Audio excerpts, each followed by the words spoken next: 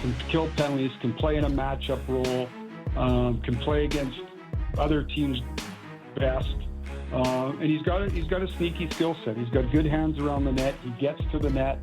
As I said, he can kill penalties. He gives us something in the middle of the ice that we didn't have. He's a right shot.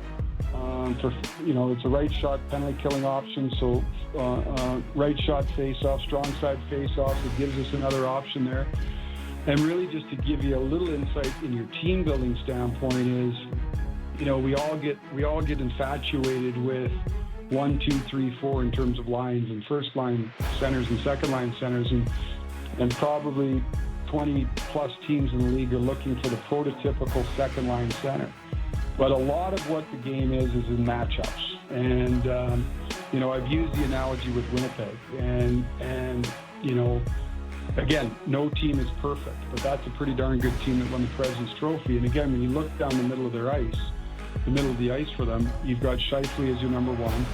On paper, you've got Nemestikov as 2 and Lowry as 3. But again, it all comes down to deployment. And if you have somebody, when I look at our roster here right now, with Nick Roy that can take a lot of defensive heavy lifting, defensive zone starts, defensive face-offs, and matchups, when you put those into a pot, it allows you to not get necessarily lost on your 1, 2, and 3, but spread out matchups and situational play that could free up different people, whether you're talking about Austin, John, and Scotty Lawton. So when I look down the middle of our ice right now, I think it gives us a lot of different options. And like I said, he was important. He was an important player. He was an important player for us to get. It's a player that we've had a lot of interest for a long time. So we're excited to get him.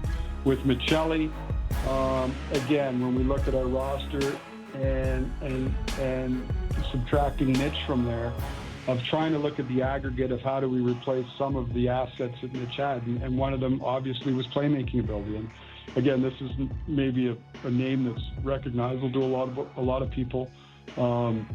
He's coming off a down year, had some injuries and fell out of favor and lost some confidence. But he's, when you really dig into him, he's a guy who makes a lot of plays, can retrieve pucks off the wall, goes into traffic, has got really good vision, moves around the ice really well, but has the ability to elevate others in terms of, making plays and the thought process behind it is we have people that can finish. A lot of play driving and offensive distribution is an area, as I said, with Mitch being gone, that we were looking for. So we felt that this was the opportunity cost was manageable, and we've got some ideas where he'll fit, but bringing in that skill set we felt was something that potentially has some upside for us.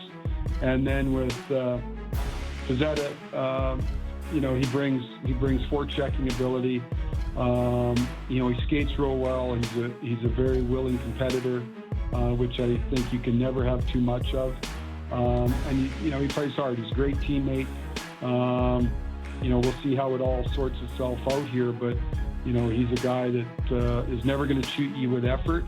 And it gets back to the comment I made earlier that you need all kinds when you're building a team to fit in different roles. And so we were glad that Michael came to us, and he'll give us some juice. Brad, we know it's been a busy 24 hours and probably will be for the next little while for you. We really appreciate your time coming on the show. Thanks for doing this. You bet, guys. Thanks for having me on, and happy belated Canada Day. You as well. You as well. Too. Thanks for your time. I'm surprised you're working today, Kipper. I thought the tires squeal after July 1. And you're not heard from again. You're going to hear him real soon. Don't worry. It's almost time. Yeah. Brad Treliving, okay. General Manager of the Toronto Maple Leafs, and real stand-up guy. Yeah. He didn't have to come on. He's like a free agency. A couple days in, he could have completely blown us off.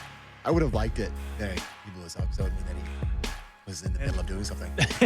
Remember when Alvin did that when he was signing Pettersson or signing something? They No didn't show showed it, us. Yeah. JB, are you crazy asking him about three guys? Well, I didn't mean Michelli. I just wanted. I don't think he's ever given an answer I opened under the door. 30 seconds. I opened the door. I'm glad you didn't ask him the first question. We wouldn't have got in any more questions. But all kidding aside, I thought his answer to DNA was excellent. That we just assume that it's just bodies moving in and out, and it's not. It's the whole package, right? Needed some mutations. Yeah. From the current DNA. Okay, 2-hour show. Just like that, our first one of hour's up, but we're sticking around. We'll take it around the league as well. Still plenty news on free agency. Don't Dan go Murphy, away. Jason The Greger. Real Kipper and Bourne. As we continue after these words. Welcome back in studio, the Real Kipper and Bourne Show. Nick Kiprios, Justin Bourne, Sammy McKee, Derek Brandio, and Jake the Snake Schultz. 1 hour down, 1 hour to go.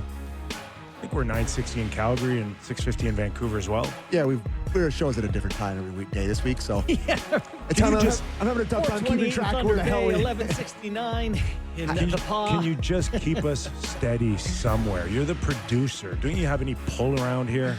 I'm producing a vacation in a couple days, but As a reminder, this hour of Real Kipper and Bourne brought to you by Bet365. In a few minutes, we'll welcome in Dan Murphy, host of Hockey Night in Canada, Canucks Hockey on Sportsnet. Plenty of news out of the Vancouver Canucks, including one Brock Besser back on 7 years, $50.75 million. A contract we thought there's no hope to ever see the light of day, because the thought was that Vancouver had no interest in Brock Besser on a long-term deal. This isn't 8 years. He was eligible to get 8. He took 7. But hopefully Dan Murphy can tell me like where the change came to, where the light bulb went off for Jimmy Rutherford, Patrick Alvin on this one, JB. It is interesting that this wasn't offered prior to that moment. You know, like they just sort of decided last minute to go above and beyond any previous attempts to sign him. It sounds like, and Besser was not under the impression he was coming back. So I can't wait to hear from Dan how he sees how it all played out. God, I loved that goal, by the way. a slap shot. He just skates into one and shoots it. 20 seconds left or something. But yeah, so you mentioned this, Kip. If second you lose a Besser, you're trying to figure out how to get a Besser. You know, you need someone to score goals on your team. He's an American guy who Quinn Hughes probably likes. He doesn't want to see their team take a step backwards. Is it Quinn Hughes related? Oh my gosh, you sign a guy to $50 million because you think another guy is Likes him. friends But he's and also likes him? he's also good. I would say, hangs out I would with say him? it's in the pro side of the pros and con ledger. You Fair, know, for sure. doesn't have to be the reason, but It's not like bringing in Bronny Jr. for LeBron. Like, he's a good hockey player. He scored 30 in the league. Like, he's a good player. But snagging Bronny Jr. Or Yes. just Bronny, I suppose. yes, Bronny. Yeah, so that's interesting. The Garland one is funny. You know, you look at the Tavares deal he just signed after a 38-goal season. Garland got 6 years at $6 million. That's a pretty hefty contract. They brought the band back. How do they get better? Evander Kane. Oh, No, not enough. yeah. Well, it's not nothing if he's healthy. I'm curious to see because he was hips too, right? Did he get hips done? No idea. No, yeah, there's multiple issues Okay. on him, and I can't confirm it, but it sounds like you're in the vicinity because he had a lot of issues. The hip bone's connected to the leg bone. Well, like There's- what? Yeah. Well, watching Patrick Kane get his hips figured out and then become a contributor again. Is there a chance that Evander Kane can be of value to the Canucks? I mean, they were pretty good 2 years ago. Like, they went to Game 7 against the Oilers. I know, and Canucks fans are listening to this, but I was shocked by their success that year. Okay. No, but I was. I mean, I didn't think they were. I guess JT Moore's not there anymore. But Do you think? Beadle could give them some more? Do you think this is a signing where it's a message sending to the fans that, like, we're going to make the playoffs next year, or at least we're our expectations are to make the playoffs next year? And it's funny because a lot of these announcements outside of Evander Kane is just you're bringing back the same players you had before. Yeah. The same ones that missed the playoffs, right? But a guy that can probably speak more to of this than us here, Dan Murphy, host of Hockey Night in Canada, Canucks on Sportsnet. Murph, thanks for joining us, man. The ball was out. Chalk flew up. Huh? What? His T-shirt. I lost you there. Ask me again, Kipper. The ball was out. Chalk flew up. Oh, is that McEnroe on the shirt? Or is it Terry Fox?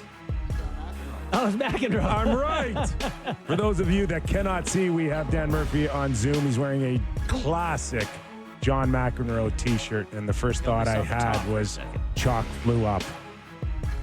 Are you with me, Murph? Or is it just the first T-shirt you grabbed? I don't know if there's a connection problem here, Sammy. I'm not sure. Kipper's microphone is kind of all garbled. Oh, okay, boy. should we reconnect with him? Yeah, I guess this is our Okay. first ever Zoom issue that we've had. Wow. I know.